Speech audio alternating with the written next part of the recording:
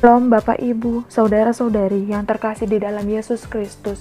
Selamat berjumpa kembali di dalam malam renungan kita pada hari ini. Sebelum kita membaca dan merenungkan firman Tuhan, kita satu dalam doa.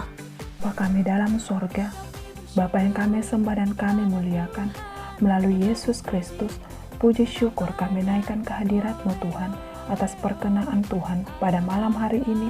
Kami boleh lagi bersama-sama menikmati firman Tuhan melalui malam renungan. Biarlah firman yang kami baca dan renungkan pada malam hari ini menjadi sumber kekuatan baru bagi iman kami. Terima kasih Bapa, layakkan kami untuk menikmati firman Tuhan. Ini doa kami di dalam nama Tuhan Yesus, kami berdoa dan mengucap syukur. Amin. Tema renungan kita yaitu selalu bersyukur di setiap waktu. Dan yang menjadi pembacaan kita pada malam hari ini terambil dari 1 Korintus pasalnya yang ke-10, ayatnya yang pertama hingga ayatnya yang ke-15. Israel sebagai suatu peringatan. Aku mau supaya kamu mengetahui, saudara-saudara, bahwa nenek moyang kita semua berada di bawah perlindungan awan dan bahwa mereka semua telah melintasi laut. Untuk menjadi pengikut Musa, mereka semua telah dibaptis dalam awan dan dalam laut. Mereka semua makan makanan rohani yang sama dan mereka semua minum minuman rohani yang sama, sebab mereka minum dari batu karang rohani yang mengikuti mereka, dan batu karang itu ialah Kristus. Tetapi sungguh pun demikian Allah tidak berkenan kepada bagian yang terbesar dari mereka, karena mereka ditewaskan di padang gurun. Semuanya ini telah terjadi sebagai contoh bagi kita, untuk memperingatkan kita supaya jangan kita menginginkan hal-hal yang jahat seperti yang telah mereka perbuat, dan supaya jangan kita menjadi penyembah-penyembah berhala sama seperti beberapa orang dari mereka, seperti ada tertulis, maka duduklah bangsa itu untuk makan dan minum, kemudian bangunlah mereka dan bersukaria. Janganlah kita melakukan percabulan seperti yang dilakukan oleh beberapa orang dari mereka, sehingga pada satu hari telah tewas 23.000 orang. Dan janganlah kita mencobai Tuhan seperti yang dilakukan oleh beberapa orang dari mereka, sehingga mereka mati di pagut ular. Dan janganlah bersungut-sungut seperti yang dilakukan oleh beberapa orang dari mereka, sehingga mereka dibinasakan oleh malaikat maut. Semuanya ini telah menimpa mereka sebagai contoh dan dituliskan untuk menjadi peringatan bagi kita yang hidup pada waktu di mana zaman akhir telah tiba. Sebab itu, siapa yang menyangka bahwa ia teguh berdiri, hati-hatilah supaya ia jangan jatuh. Pencobaan-pencobaan yang kamu alami ialah pencobaan-pencobaan biasa yang tidak melebihi kekuatan manusia, sebab Allah setia, dan karena itu Ia tidak akan membiarkan kamu dicobai melampaui kekuatanmu. Pada waktu kamu dicobai, Ia akan memberikan kepadamu jalan keluar sehingga kamu dapat menanggungnya. Karena itu, saudara-saudaraku yang kekasih, jauhilah penyembahan berhala. Aku berbicara kepadamu sebagai orang-orang yang bijaksana. Pertimbangkanlah sendiri apa yang aku katakan. Amin. Yang menjadi pokok renungan kita pada malam hari ini yaitu ayatnya yang ke-13.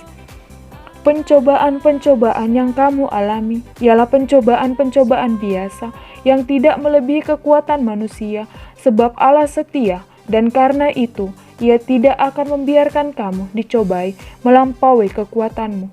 Pada waktu kamu dicobai, Ia akan memberikan kepadamu jalan keluar sehingga kamu dapat menanggungnya. Bapak, Ibu, saudara-saudari yang terkasih di dalam Tuhan, pada zaman sekarang kita sering merasa bahwa cobaan yang kita alami, yang kita dapatkan adalah cobaan yang terberat, yang menurut akal manusia tidak dapat terselesaikan. Seringkali kita merasa kita adalah orang yang malang, dan yang paling fatal, kita sering menyalahkan keadaan, menyalahkan orang di sekeliling kita, terlebih terkadang kita menyalahkan Tuhan. Tetapi, apakah saudara-saudari pernah menengok ke kanan ataupun ke kiri, melihat kehidupan orang lain, melihat penderitaan dan kesulitan yang mereka alami? Pada saat kita melihat seseorang memiliki kesusahan melebihi dari kita, apakah kita pernah bersyukur bahwa kita masih lebih baik dari mereka? Tuhan tidak pernah memberikan cobaan yang melampaui kemampuan manusia seperti yang diterangkan dalam pasal 13. Hanya saja, Tuhan ingin menguji kita dan mengajarkan kita untuk selalu bersyukur dalam segala hal, tidak dalam keadaan senang, bahagia, ataupun dalam keadaan untung, tetapi Tuhan ingin mengajarkan kita untuk selalu bersyukur, walaupun dalam keadaan susah, karena masih banyak orang di luar sana yang memiliki beban yang lebih berat. Coba kita perhatikan, pemulung ataupun penjual koran. Di jalan, mereka sangat bahagia, senang melakoni pekerjaan mereka. Terkadang, bermain di pinggir jalan, tertawa, bahagia, padahal di dalam hati, mereka pasti menyimpan tanya, apakah malam ini mereka dapat makan? Begitu pula kita, ketika mendapat permasalahan, apapun itu, sesulit apapun itu, yakinlah saudara-saudari, Tuhan Yesus tidak pernah sedetik pun meninggalkan kita. Dia akan memberikan jalan keluar. Maka dari itu, yakin dan percayalah, mengucap syukur dan ikhlaslah dalam menjalani setiap pencobaan yang kita alami.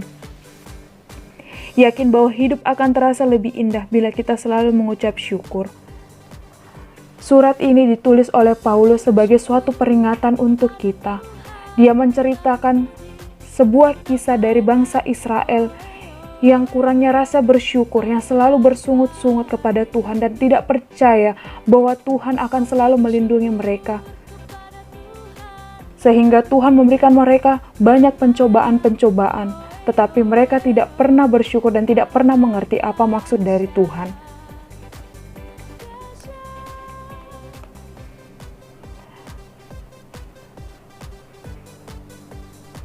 Seperti yang dikatakan juga oleh Paulus dalam suratnya kepada jemaat di Filipi, pasalnya yang keempat, ayatnya yang keempat sampai ayatnya yang keenam. Bersukacitalah senantiasa dalam Tuhan, sekali lagi kukatakan, bersukacitalah, hendaklah kebaikan hatimu diketahui semua orang, Tuhan sudah dekat.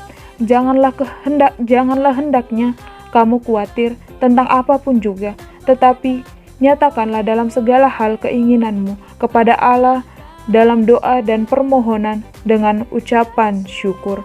Ayat ini juga merupakan ayat pegangan saya, karena ayat ini mengingatkan saya bahwa bersyukur bukanlah suatu hal yang hanya kita ucapkan, tetapi adalah yang kita imani, bahwa ketika kita sudah bersyukur dalam segala hal, itu sama saja kita dengan senang hati menerima apapun yang Tuhan rencanakan untuk kehidupan kita. Dan kita meyakini rencana tersebut adalah yang terbaik. Ketika kesulitan menghampiri kehidupan kita, percayalah dan nyatakanlah semua di dalam doa sambil mengucap syukur atas setiap kejadian yang kita alami. Oleh karena itu, Bapak, Ibu, Saudara-saudari, mari bersama-sama kita selalu mengucap syukur dalam keadaan dan kondisi apapun juga, dan selalulah melibatkan Tuhan di dalam pergumulan kita. Amin. Terima kasih Bapak, Ibu, Saudara-saudari. Mari kita tutup malam renungan kita dengan bersama-sama kita berdoa. Mari kita satu dalam doa. Tuhan, Bapa kami di dalam sorga, Tuhan yang kami sembah dan muliakan, itulah Tuhan Yesus. Puji syukur terima kasih atas kebaikan Tuhan di dalam kehidupan kami masing-masing. Tuhan telah mengizinkan kami menikmati satu hari di dalam berbagai aktivitas kami. Tuhan Bapa dalam sorga, biarlah apa yang kami kerjakan, apa yang kami usahakan sepanjang hari ini, dapat menjadi saluran berkat bagi keluarga kami dan bagi orang lain. Dan terima kasih Tuhan, pada malam hari ini, Tuhan juga mengizinkan kami kembali berkumpul bersama keluarga kami. Malam ini kami akan beristirahat, berkati tidur kami, jaga peliharakan kami, dan jika Tuhan berkenan, besok hari kami dapat bangun kembali dan menikmati anugerah kehidupan yang baru. Terima kasih Bapa. Ini doa kami, ampunkan salah dan dosa kami. Di dalam nama Tuhan Yesus kami berdoa dan mengucap syukur. Amin.